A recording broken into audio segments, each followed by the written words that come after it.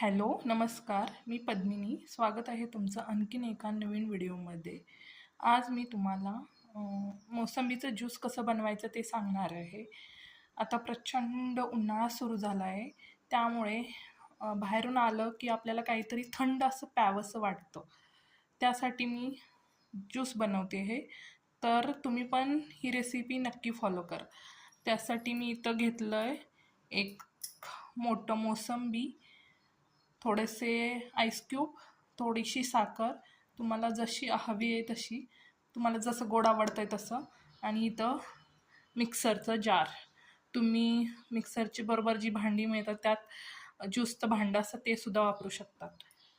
चला तर मग बघूया रेसिपी. त्यासाठी अगोदर मी हे मोसंबी सोलून घेते आणि मग परत भेटते तुम्हाला. येथे मी मोसंबीचे तुकडे करून घेतलेले आहेत आणि त्यातील बिया काढून घेतलेल्या आहेत. आता त्या मी मिक्सरच्या भांड्यामध्ये टाकते.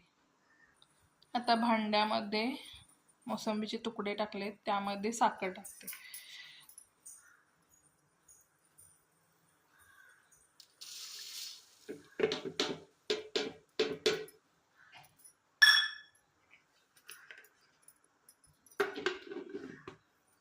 आता हे मिक्सरला छानसं असं ग्राइंड करून घेते आणि थोडंसं पाणी टाकते.